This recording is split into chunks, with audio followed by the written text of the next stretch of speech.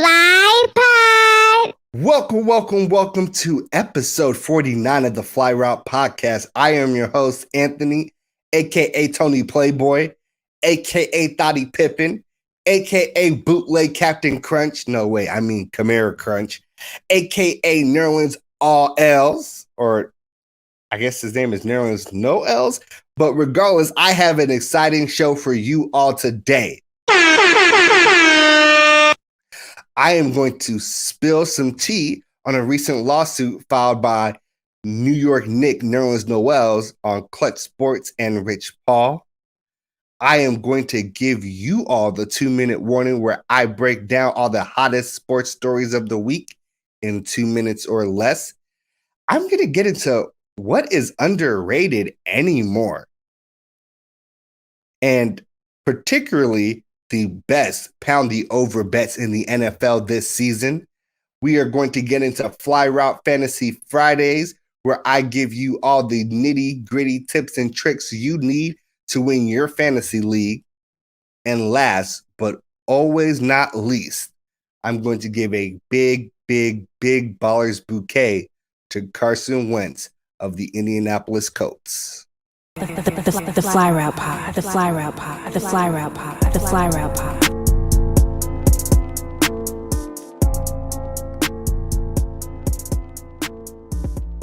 Welcome to the Tee Off. Ooh, spill that tea, sis. This is how I like to start the show off. I like to spill some tea on our favorite athletes and some of the crazy situations they get themselves into. And today we got to talk about Nerlens Noel, former 6th pick in the NFL draft in 2013, former University of Kentucky Wildcat, played for the 76ers, the Mavericks, the Thunder, and now the Knicks. And Nerlens Noel is suing Rich Paul and Klutch Sports, claiming that he lost $58 million in potential salary while being represented by Rich Paul from 2017 to 2020. And if y'all don't already know, Rich Paul is that dude. He's a LeBron close friend and confidant. He is a super agent under Klutch Sports, representing the likes of LeBron James, Anthony Davis, Lonzo Ball, Trae Young, Draymond Green, John Wall, Ben Simmons, Anthony Edwards, and a lot more. So he clearly has a lot of the marquee superstar NBA talent on his roster. Now, before we get into all the nitty-gritty details of this story, which, trust me, are good, we have to talk about the timing of this story. And the timing is very particular because just recently, Rich Paul filed a grievance with the NBA Player Association for $200,000 that he believes he is owed in agent fees for Nerlens Noel's last contract with the New York Knicks. Now, right after that happened, Nerlens Noel ends up filing this lawsuit. And I got into the actual text of this lawsuit because it was actually filed here in Dallas County because it was stemming from when he played for the Dallas Mavericks.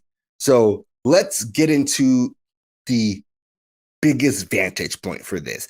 As you have to understand, at the beginning of this story, Nerlens Noel is being represented by an agent named Happy Walters. And Happy Walters has secured the entire bag for Nerlens Noel, getting him a 4-year, $70 million contract with the Dallas Mavericks. That's $17.5 million a year. Now, over that summer, Nerlens Noel hanging out with Ben Simmons at a Ben Simmons birthday party. Ben Simmons is also a Klutch client, as I mentioned, and he meets Rich Paul. Interestingly enough, free agent Nerlens Noel is sat right next to Rich Paul during Ben Simmons' birthday dinner party. And during this dinner party, he's talking to Rich. He lets him know about his 4-year, $70 million deal. And Rich Paul convinces him that he should turn down this 4-year, $70 million, all guaranteed, $17.5 million a year contract, and instead take a qualifying offer, which would be a 1-year contract for $4.1 million. And he says that this is the right decision because after he plays out that 1-year contract, he will be an unrestricted free agent, meaning that the Dallas Mavericks will no longer have the right of first refusal to any contract he signs. And he says that after that year, he will make Nerlens Noel $100 million man. And honestly, Rich Paul has to be one of the smoothest talking motherfuckers on the planet. Because after this dinner, Nerlens Noel fires his agent Happy Walters, hires Rich Paul, and then accepts that qualifying offer. Now, unfortunately, after accepting that qualifying offer, he breaks his thumb during the season, misses 42 of the 82 games during the season that year, and then ends up having to sign a minimum contract with OKC. 2-year deal. Opts out of the second year and ends up having to sign another minimum contract with OKC before then signing another contract with the New York Knicks. And to put this in perspective, from that 3 years, he had $8.7 million. 3.7 over the 2 years in OKC, 5 his 1 year in New York. Over those 3 years, he turned down $17.5 million a year, $70 million straight guaranteed. Now, a lot of people are seeing some comparisons to this situation with Dennis Schroeder, and I get it. Dennis reportedly turned down a 4-year, $84 million extension with the Lakers, believing he too was also $100 million man. He bet on himself, performed poorly in the playoffs, and then the free agent market for him shrunk. And ended up having to sign a $5.9 million 1-year deal with the Boston Celtics.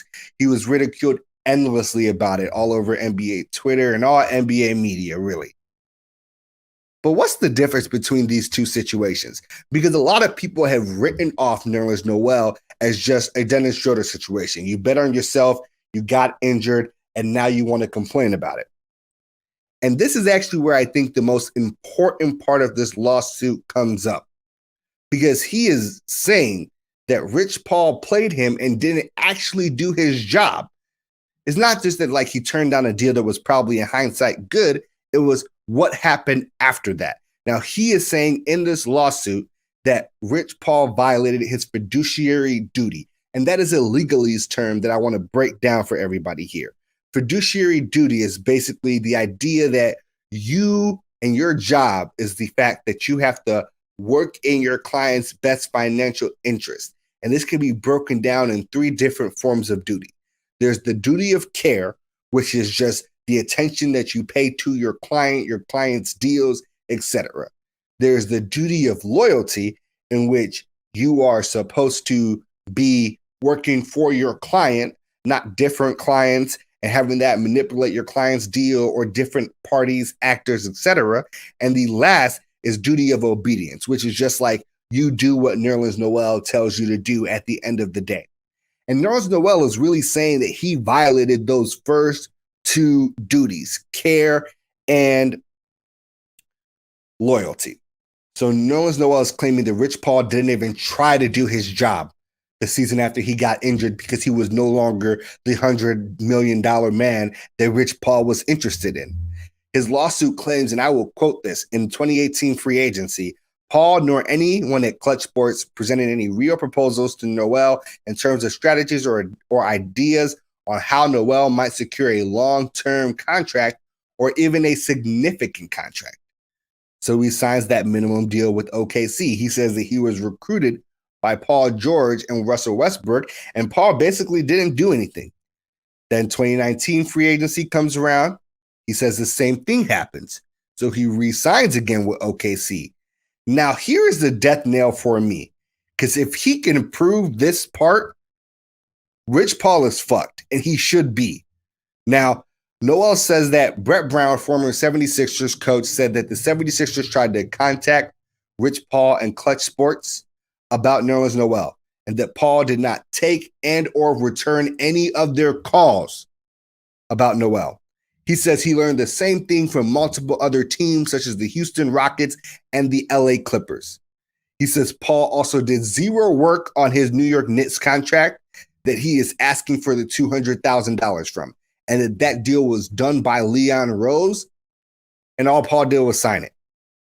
So this is huge because I've seen a lot of people taking the Rich Paul side on this, which is easy to do when you're making waves like Rich Paul is and all the great clients Rich Paul has. It's even easier to do when people are making the jokes like, oh, did Rich Paul manipulate the West so Nerlens Noel couldn't be a threat to LeBron? Like, obviously, LeBron's not scared of Nerlens Noel. Come on. But this is really more important because it requires no conspiracy theory to think Rich Paul has done something incredibly wrong. Just that, like, you have so many other clients at priority. I showed you that list of people. Trae Young, Ben Simmons, LeBron James, Anthony Davis, like John Wall, Draymond Green, so many other higher profile clients, way more money clients, way more commission clients that Nerlens Noel gets put on the back burner. And while it's okay that Nerlens Noel might not get Rich Paul's personal touch, he definitely has to get the touch of someone at Klutch Sports, period. That is their fiduciary duty. So if people are making calls trying to give Nerlens Noel a contract, and I can almost guarantee you it's not 4 years, $70 million, but shit, if they're talking 3 for 30, that's huge for him. That's more money than he's made over those 3 years that he was represented by Klutch. That is massive.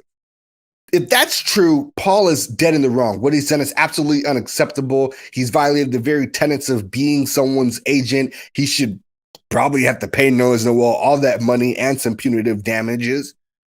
And it's going to be a really big black stain on Klutch Sports, which this is not a unfamiliar complaint for Klutch clients, which is something that's specifically referenced in Nerlens Noel's lawsuit. So it's just interesting to me how that works because there's a lot of BS surrounding Rich Paul. A lot of criticisms of Rich Paul, I believe, to be completely BS. They're like, he can't be impartial because of LeBron. He's funneling clients to the Lakers for LeBron, such as like Anthony Davis. That he shouldn't be able to do what he does because he lacks a traditional education. And all of these criticisms, generally to me, I feel are quite terrible. Usually function within a lot of coded language that I find troubling. But if this particular complaint is true, this is a huge hit to Rich Paul's credibility. Bad advice for turning down the $70 million is one thing. A lot of agents give bad advice. That is not an uncommon thing for anybody with an agent to say. Now, not answering calls, that is huge. Nerlens all else, as I'm going to call him here, could be absolutely cheeks at the game of basketball. And he would be completely entitled to every penny that he is suing Rich Paul for if they are simply not taking and returning the calls for teams interested in him, because that is the very job that they are supposed to do.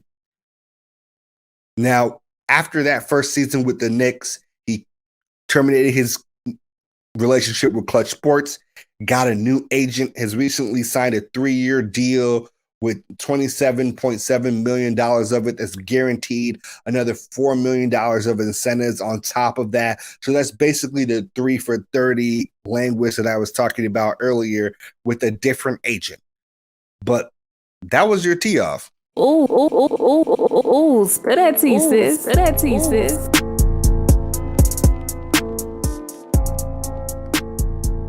Y'all is Tony Playboy. All right, look, I want to talk to y'all about what makes a team underrated. Generally, I hate this conversation because what you always hear from people is, oh, my favorite team is underrated. They don't get enough credit. Oh, my favorite player is underrated. Do you see what he does on the court or the field or whatever it is? And what is the standard for having an underrated team or player, etc.? Is it that he gets this much media attention but scores this many points or wins that many games? has that many touchdowns, assists, etc.? Is that what it's about? Because that's what I feel like I'm way too often hearing from people, especially NFL, NBA fans. It's all about the media attention. He doesn't get enough credit. Let's talk about Jrue Holiday. I want to talk about Jrue Holiday because I think he's a perfect example for this. Jrue Holiday is underrated and gets no attention in New Orleans. That's all we ever heard for years and years and years. All the while, if you asked any star players in the NBA who they think is underrated, just on the All the Smoke podcast alone, Steph Curry, Chris Paul, Trae Young, Bradley Beal, Lou Will, all said one guy, Jrue Holiday. Mind you, be two of those guards he beat on his way to a championship. Chris Paul said he always struggles against Jrue Holiday. Well, we saw that being true again in the NBA Finals this year. And at that point, because all these interviews were well over a year old at this point, I want to say that Jrue Holiday stopped being underrated. That conversation should have ceased to exist. If all the people at the top of the game and your peers are saying how good you are, then you're probably no longer underrated. However, it took a championship run for people to give Jrue Holiday the credit that he deserves. If everybody knows you play well, and they let the people know that you play well, you are no longer underrated. Now, your storyline still might not be interesting. You might still play for a small market that doesn't get any attention, so there's not a lot of articles about you. You're not on ESPN frequently, but that doesn't make you underrated, no matter how good you are. Now, so from now on, when we talk about underrated teams, I want to think about this. How do you perform against Vegas? The odds, the over-under. Are they favored in a lot of games? Are they underdogs pulling off a lot of upsets? Did they beat their projections for wins on the season? Put the money on the table. Let all the smart odds makers make their decisions about who is how good they're actually supposed to be. And then let's see how a team does in comparison to that. That is the criteria that I want for what is underrated or overrated. Not the guy that has to crank out his 5th article this week and he decides to talk about Damian Lillard for the 6th time in the last 2 weeks. Dame is interesting. He has interesting storylines attached to him. Not every player has that. Some players are just really quiet, but very good. So I want to talk to the smart people, the people whose jobs are to make money by being right. What do they think? So based on that, I want to talk about the 3 most underrated teams in the NFL this season. And when I say that, I mean these are bets that I think you should pound the over on hard this season. And number 1, I want to talk about the Washington football team. They are favored at 8.5 wins. The line is -120 plus 100. Right? You bet 100 on the under, you win 100 on the under if it's right. You bet 120 to win 100 on the over. Now look, this is a team that in my original predictions for divisions, I said book them at 9 wins. So book them at 9 wins is already on the over. They play the NFC East with a fantastic defense and one of the best pass rushers in the NFL. They play the Cowboys twice. Dak is a little banged up, a little hurt. Their O-line is old, not what it used to be. They play the Eagles, who are an absolute mess, twice. They play the Giants, who've improved significantly, but their biggest deficiency has always been offensive line.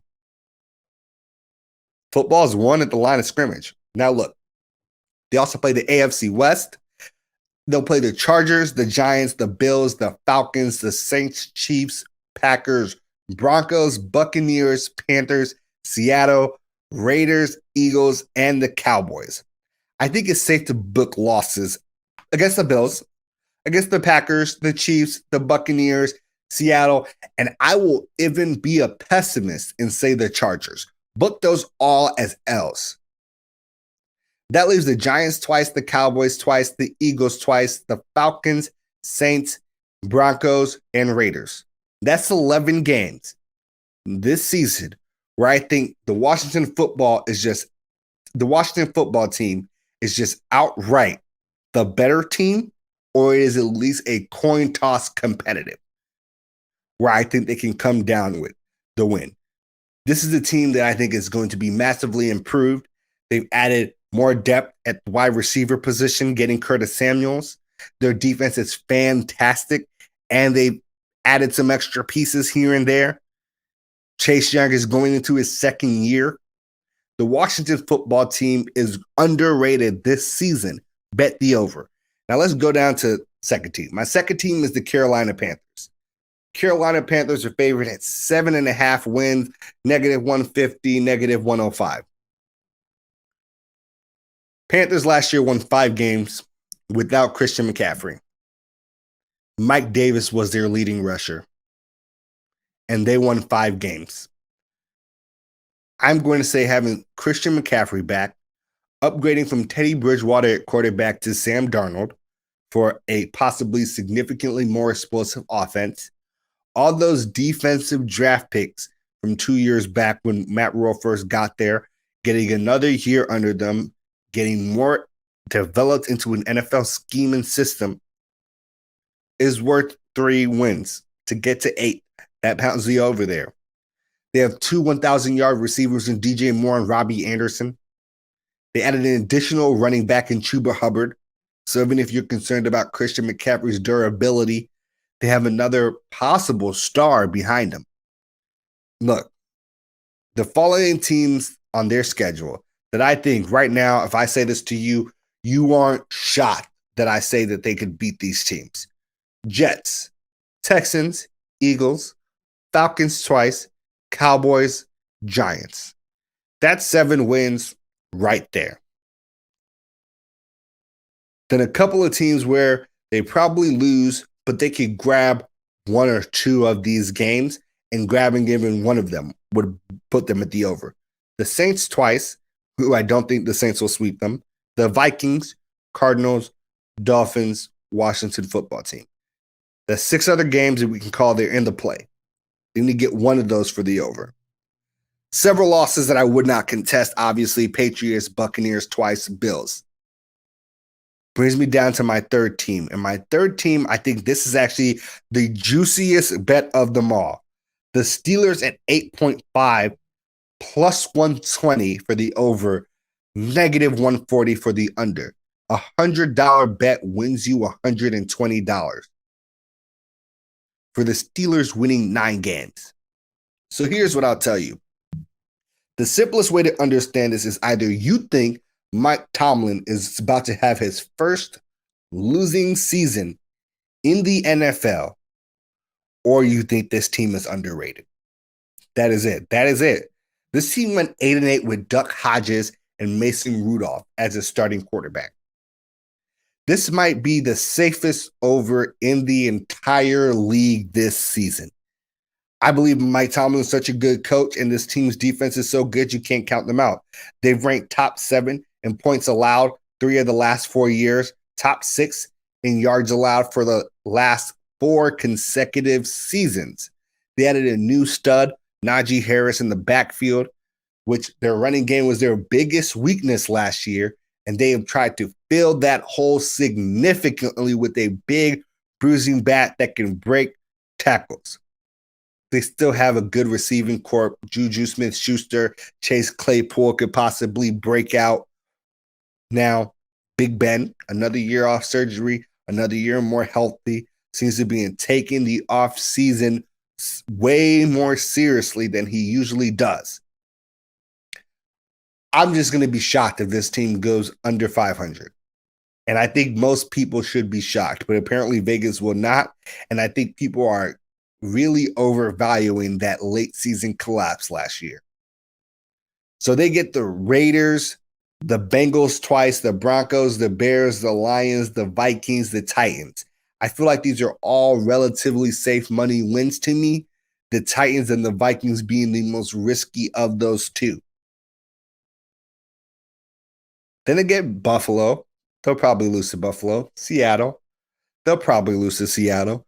The Chargers, I think they can beat the Chargers. They get the Ravens twice, the Browns twice, the Chiefs, and the Packers. So unless you think they're going to get swept in division by two divisional opponents, it's hard to think that this team doesn't get at least 9 wins. Seattle and the Chargers are really possible wins for them as well.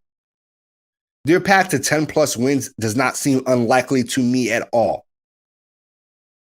Those are the teams that right now I'm kind of shocked to see where the smart people are saying that they're going to end up at. And those are the teams that I think are massively underrated going into this season.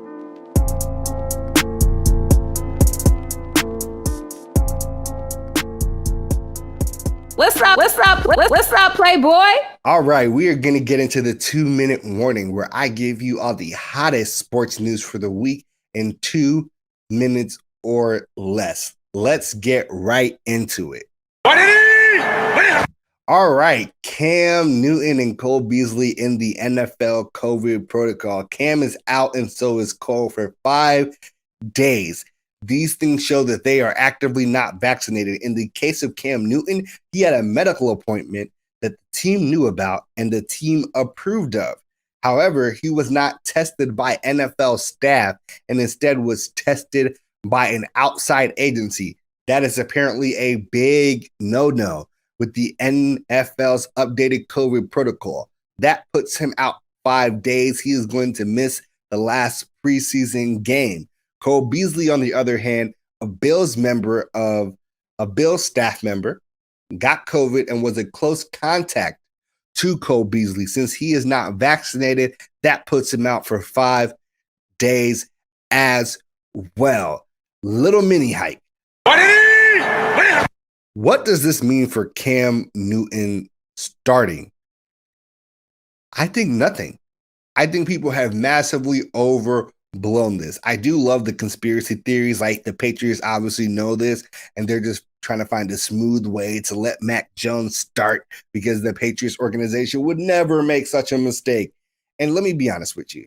Those are always funny, but I honestly think everything Belichick has said is that Cam is the starter. In the second preseason game, Cam looked fantastic, getting the ball downfield, going through his reads and progressions. And I don't think the gap between Cam Newton and Mac Jones is 5 days. If Bill ever actually wanted Cam to start, this should have no impact on what happens whatsoever. And I would tell you, book Cam Newton for the week 1 starter in New England. All right, the Denver Broncos have decided who will be their starting quarterback this year. Teddy Bridgewater has beat out Drew Lock. This was obviously the right move to me, but I have seen, especially on Twitter, some Drew Lock stands defending him and saying that he should have gotten his opportunity. And that made me think, do we really understand how bad Drew Lock was for Denver? 59% completion rating. 23-18 touchdown to interception ratio, a 49.5 QBR. That's not good. Everyone sees the potential in Drew Lock. He's a huge dude, 6'4", 228 pounds, rocket arm, but he uses that arm to throw you out of games. For every interception, he only gives you 1.22, not even a whole quarter, touchdowns. I'm just confused how people thought compared to Teddy Bridgewater, he was someone that was clearly supposed to beat him out instead of them just thinking that he won the job by default. Look, Teddy Bridgewater, career completion percentage, 66%. 53-36 touchdown to interception ratio. That's basically 1.5 touchdowns for every interception. Not great, not world beater stats. QBR 57. But in each of these statistical categories, he is better than Drew Lock. So it shouldn't surprise people that he ends up being the day one starter. I said this as soon as he got traded. Sans and Aaron Rodgers trade to Denver, which was all the hype at that time. There was no way that Drew Lock was beating out Teddy Bridgewater this year. Denver wants to be able to play complementary football to their fantastic defense this season and limit their turnovers with a strong game manager. And that is everything that we know Teddy Bridgewater can be. Moving on. Sony Michel gets traded to the LA Rams for a 5th and 6th round pick going to the Patriots. I like this for both teams, but if we want to talk about who won this trade, the Rams absolutely won this trade. They needed Sony Michel way more than the Patriots needed to get rid of him or needed a 5th or 6th round pick. That is not a bad thing, right? That doesn't mean the Patriots lost this trade. This could definitively be a win-win situation. Sony Michel was starting to fall out of the rotation for them last season, saw his lowest carry attempts per game in his entire career. And I think this is an absolute win because Sony Michel should end up becoming running back one. Yes, running back one with the Rams. New England never was able to showcase his full talent because he never got to be a bell cow style of back. Look, New England was notorious for running multiple backs, 4 of them in a game. They're all about situational football, impossible to predict who gets the workload any particular week. Michel fits the Cam Akers model pretty well. A shifty guy, pretty big, can break tackles, isn't the fastest person on the field, but definitely has playmaking capabilities. I think McVay is going to do great things with him. It doesn't surprise me at all if he supplants Henderson by mid-season. We are going to save the best for last, and Rachel Nichols doesn't get fired, but she might as well have. And it took some time to come around, but we all know when karma has its aims on you, it does not miss. If you all remember, Rachel Nichols was under hot water for some racially charged remarks she made about Maria Taylor, calling her a diversity hire for being able to call and host the NBA Finals. ESPN has recently canceled her daily show, The Jump, and has removed her from all broadcast positions that she had with the NBA. However, they're going to still honor her contract. She's going to get paid. So basically, she's going to get to cash the check, but basically get removed from every position of importance that she had at ESPN. This is ironic, seeing as this entire comment that got her here was all about defending her positions of importance that she had worked and clawed so hard for in the first place. Oddly enough. Now, if this is not poetic justice, I truthfully do not know what is. While she is under contract for more than a year at this current point, it looks like they're going to replace her show with another show, most likely the show Max Kellerman might get now that he is leaving First Take and separating from Stephen A. Smith. And look, all of this is funny because all you had to do was say nothing. Like Maria Taylor has said nothing, did everything right, did everything the classy way, and went on to cash a bag with NBC. You gotta love to see it.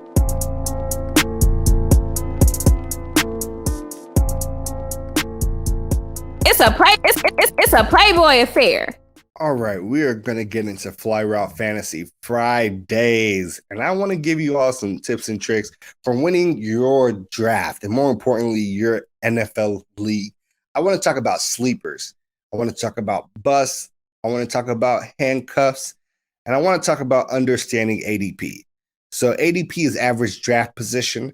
That's the number that I'm going to be using a lot here to kind of give you all reference. So if someone has an ADP in like the 50s, per se, that means they're being drafted around 6 or like 5, depending on if you have a 10 or a 12-man league. If we're talking the 30s, we're talking around 4 and 3. If we're talking the 70s, we're talking around 8 and 7. If we're talking the 110s, get over the 100 mark, we're talking rounds 11 and 10 plus, way later on in the draft, where I think you can get a lot of your steals. So let's talk about sleepers and what makes a fantasy sleeper for me. The first is very, very high ADP or low ADP, depending on how you want to think about it. I.e., the later in the draft you can get them, the better, but they have a lot of potential, even though consensus ranking sees them as being a lot less productive than they truly be. You want to understand that the risk is very low for sleepers because you will be drafting them lower than usual, but the reward is very high for a sleeper. Don't get that confused with a bust, in which the ADP is very low, i.e., they get drafted very early, but they have a very big risk potential attached to them. So just because you can get a star player lower than you think they should be drafted does not make them a sleeper. They very well could be a bust. And that's something that we're going to get into here. So I want to separate this by position and talk about all the sleepers I have for you. So let's talk about quarterbacks first. And for quarterbacks, I got Jameis Winston as my prime sleeper for fantasy football this year. His ADP is 156th, which means this guy is being drafted in like rounds 13, 14, even lower. In 2019, he averaged 19 points a game as a quarterback while throwing 30 interceptions. If Peyton can reduce those errors in any way, that point potential goes up significantly, even if he does not score as many touchdowns. You can get this person well in the bottom of your draft. He will have QB1 potential for you. It's a nice stash quarterback 2 that you don't have to spend a middle round pick on to make sure that you aren't screwed on a bye week or by injury. The second person I want to talk about is Tua. And Tua has an ADP of 152. Means he's drafted around the same area as Jameis Winston is. And I think, look, he was horrid last year. Horrid. I understand. But I think this is a year where he's primed for a significant breakout. New offensive coordinator, new coaches around him to maximize his offensive potential and capability. They highly upgraded the weapons they have on the outside, adding Will Fuller, adding Jalen Waddle in the draft. He's going to have significantly better targets to throw to, as well as that offensive line he was behind is going to be all a little bit older, have more consistency with each other and reps with each other, and should be better going into this next year. I think that this is a good QB2 upside. The upside is not as good as Jameis's, but it's something that I think you should definitely keep an eye out for. Let's go to running backs. And running backs are interesting to me. So first one is just like Sony Michel post this trade as someone that I think definitely should be getting drafted higher than he was before. His carries will go up per game with the Rams because there's just no one else really besides Darrell Henderson that can challenge him for him. He is the most talented running back in that room now, and that's going to start to shine as the season goes on, and I think he is going to be definitely a grower with your team. The second one for me is Mordrey Stevenson from the New England Patriots. Now, this one, look, his ADP is also in the 150s. You can see a trend going on here. And in particular, I am excited to see what he can do now that New England's running back room is a little bit less clogged with Sony Michel leaving. He's going to get more carries because of that. A lot of the other running backs in New England are particularly going to be used for pass catching and blocking, but I think he's going to get those power carries where he is told to get those yards, churn and move the sticks, and he can break them off. He has played fantastic in preseason and has shown a lot of promise. And I understand a lot of people don't tell you to bet bake on preseason, but one thing that we know about Bill Belichick is he actually plays starters and players that matter in preseason a lot because he believes those reps are really important, and that film for his team making decisions is really important. Let's just hope this is not another Jonas Gray situation for all of my fantasy heads that are familiar with him going absolutely bonkers and scoring like 60 or 70 points depending on the league and then being cut the next week. My next one for you is James Robinson. His ADP is at 37.5, so this is definitely a much higher pick than a lot of the other sleepers I will give you. But with the Travis Etienne injury, I think this guy is primed for another breakout season. He was running back 7 last year, and that's a third-round ADP for a top 7 running back in the league from last year, nearly 4th round if you're in a 10-man league. And I think that he's going to have a similar workload than he did last year. They're going to be significantly in more games than they were last year with Trevor Lawrence, which means they're not going to have to abandon the run as early as they had to in other years. And people are going to respect the pass more with Trevor Lawrence there. He's outperformed guys like Josh Jacobs, Kareem Hunt, Ezekiel Elliott, and Nick Chubb last year. People are still asleep on James Robinson, former Illinois State Go Redbirds alum. Now let's get into wide receivers. My biggest wide receiver sleeper for this season is Marquez Callaway. ADP of 135. That is late round pick potential. And the one reason why you got to love this guy is target share. Target share. He has shown a lot of flashes in the preseason. They will have no Michael Thomas for the foreseeable future. They let Emmanuel Sanders go to the Bills. And this guy has wide receiver 1 potential and target share. With this ADP, we're talking 12th round, 11th round. That's nuts. That is nuts. You can't even really name any of the other receivers on the New Orleans Saints, but somebody's going to have to catch those balls. One of their wide receiver 2s is Ty Montgomery, who we thought was a running back in all his other stops, but is now playing receiver. So that should show you how shallow this receiver room is and how much work Marquez Callaway is going to get this season. My next one for you is Darnell Mooney. He had 98 targets last year, 631 yards, and 4 touchdowns in his rookie season. He has an ADP of 122 right now. That's big play potential. He has the ability to catch 3 passes and ruin another team's week. This guy is going to take a step going into his sophomore season for sure.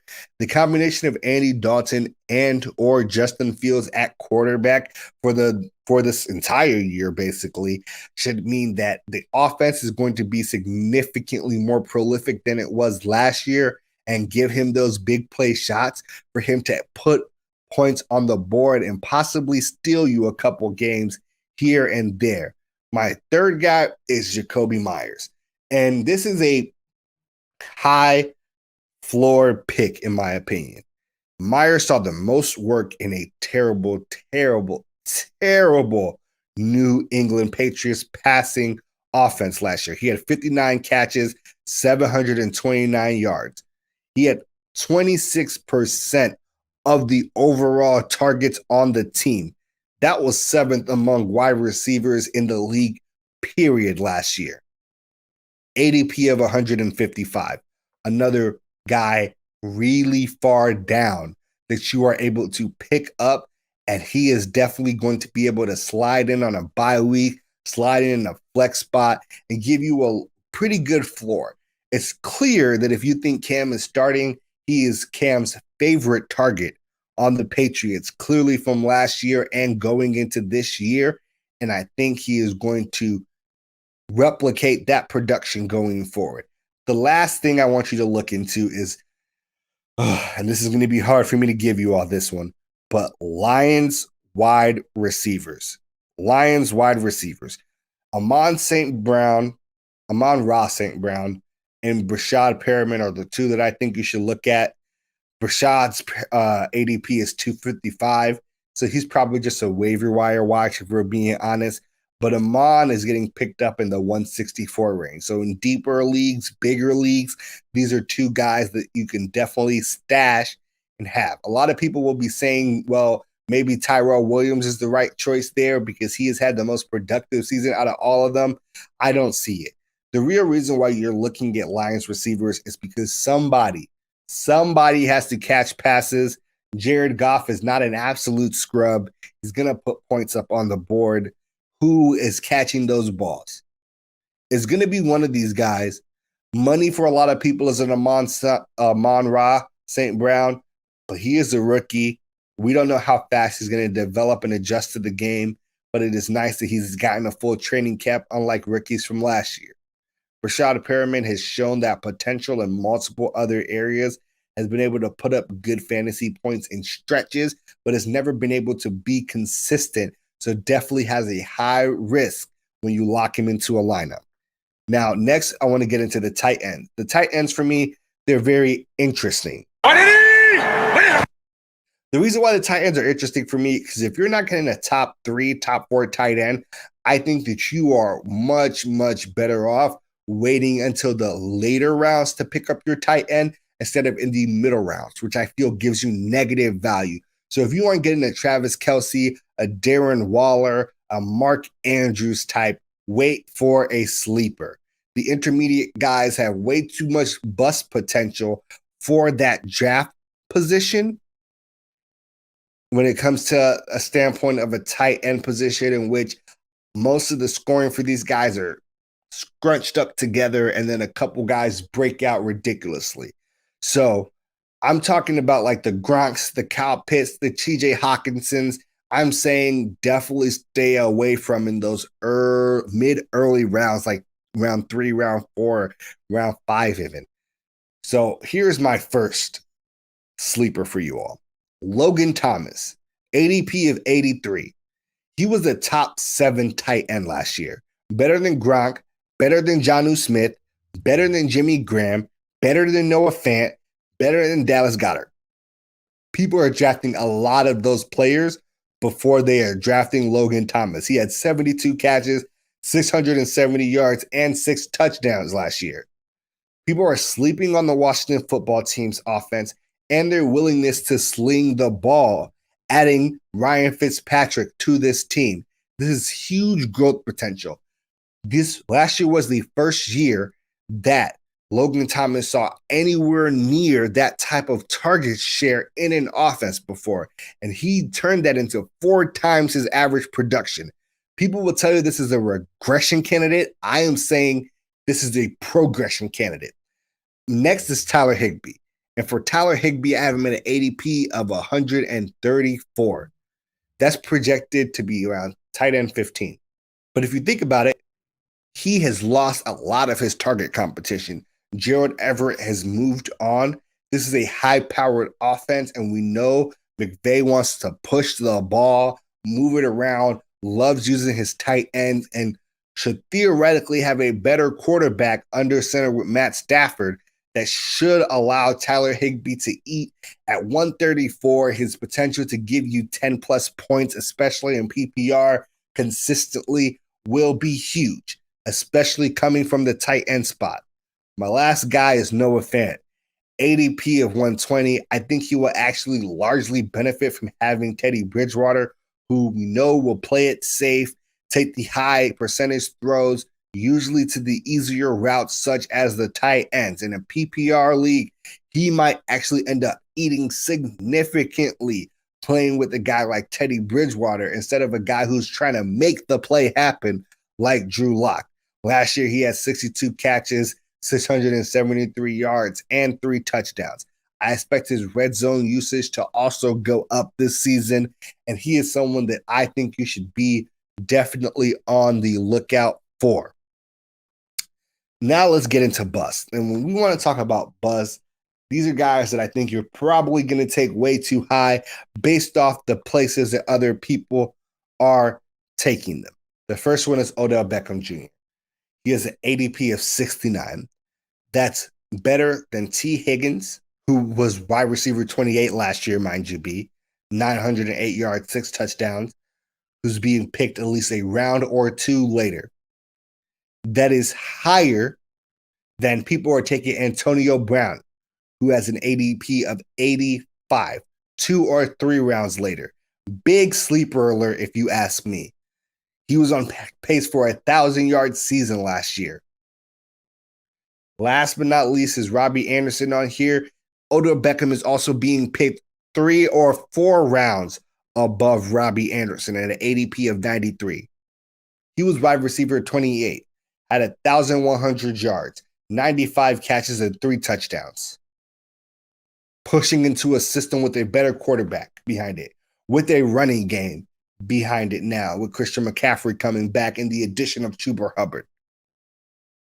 I think that these people, Antonio Brown, Robbie Anderson, etc., aren't necessarily sleepers, but if you're drafting OBJ that high, you are in for big bust potential, especially because we have never seen OBJ and Baker Mayfield click. The next one for me is Kenny Gallaudet at an ADP of 74. There are injury issues, offensive line issues with the Giants, a lot of targets to go around with for the Giants. We don't really know what that offense is going to actually be. High-risk candidate you're drafting in the 7th round when guys like Antonio Brown, Robbie Anderson, and T. Higgins will also be on the board, and I think definitely safer picks. Now, we'll move on to running backs. And running backs, I have a thing for here. The first one I want to say is Jonathan Taylor, and I need people to understand where I'm coming from with Jonathan Taylor. It's not that I think Jonathan Taylor is bad or a bust, but the fact that he is being drafted in the 1st round. People are drafting him as high as 4, as low as 9, and that is absolutely way too high. There are comparable options that you can pick this season, such as Austin Eckler and Antonio Gibson, that I think have way less risk attached to them for this season. That's really going to be my it on Jonathan Taylor, because I do think he's a stud. I don't think that he is going to ruin your team if you pick him, but I definitely think you are not picking for value at that area where you can pick some other people significantly lower. My next two are DeAndre Swift and Miles Sanders. Similar ADPs in the mid-30s, and I think these teams are difficult for 2 reasons. Both of those teams are quite bad. The Lions quite bad, the Eagles quite bad. They're going to be in a lot of negative game scripts where they have to give up on their run, which could end up backfiring for these running backs being able to put up points and actually be useful. The second is other people cutting into their workload that we have not really given enough credit or seen. The addition of Jamal Williams with the Lions is actually going to be big. I think he's going to steal some carries from DeAndre Swift.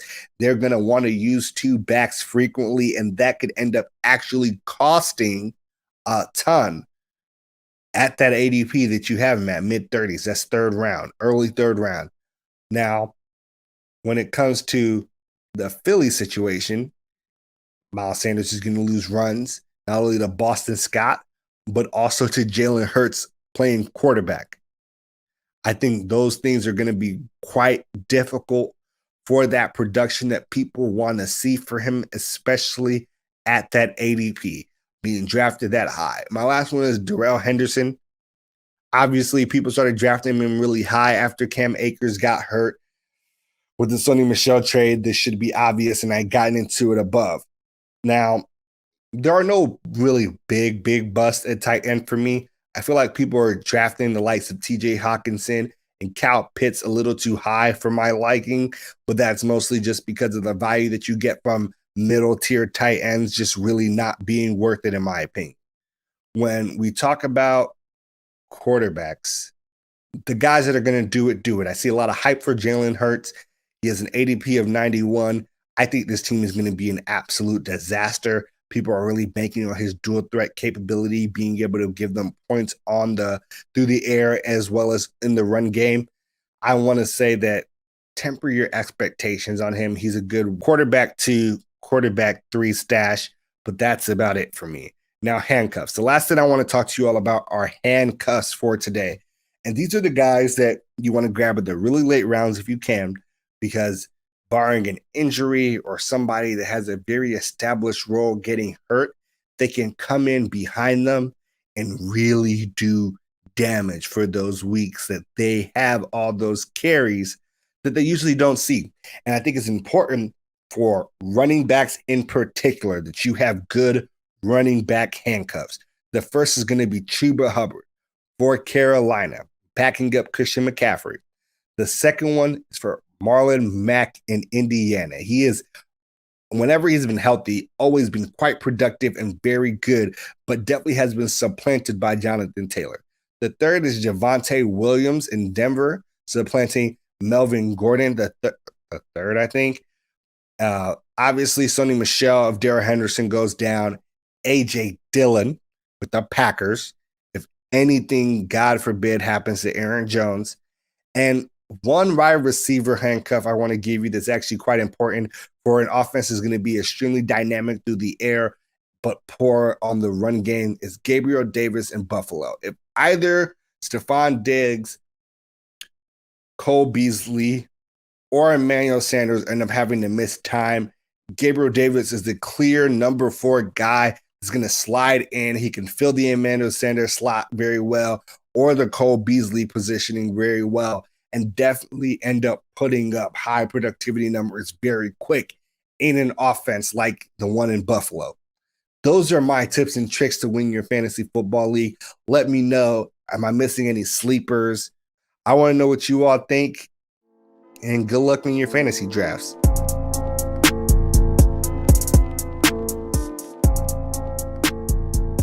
Y'all is Tony Playboy. All right, welcome to the final segment of the show, the heart of the show, Ballers Bouquet. Too often in the media, people only focus on the negative and salacious things athletes do and never want to give them their credit where credit is due. Here, I like to make a change. And this week's Ballers Bouquet goes to Indianapolis Colts quarterback Carson Wentz for his AO1 Foundation and their $250,000 donation to Mission of Hope and their Haiti earthquake relief efforts.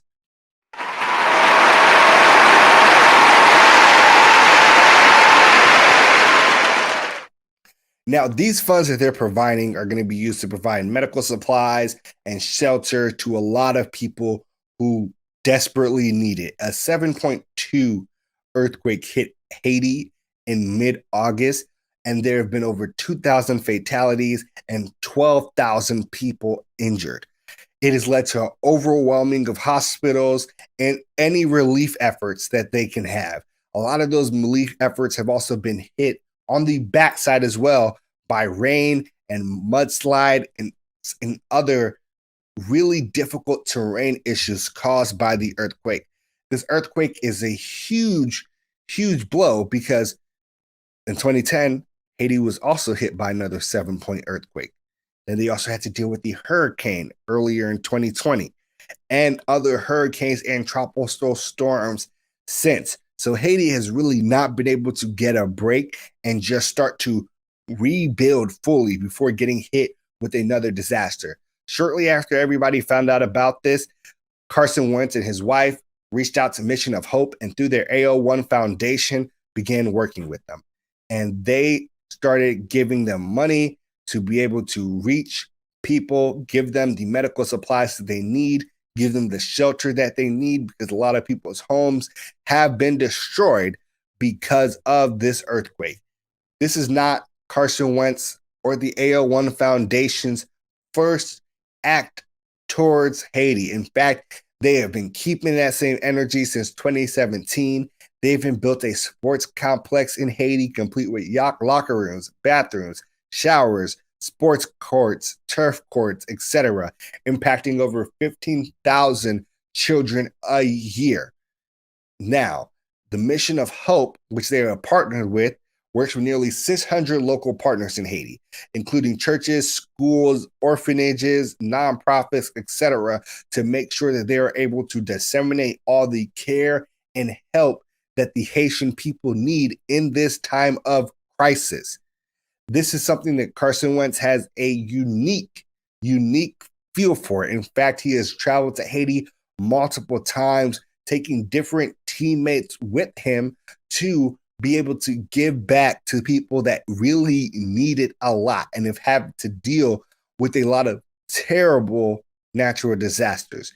So if this is something that you can get behind, you can donate as well by going to AO1 Foundation.org to help the people of Haiti. And that was this week's Ballers Bouquet. All right. That is it for episode 49 of the Fly Route podcast. We are basically about to become a year old soon. That is insane.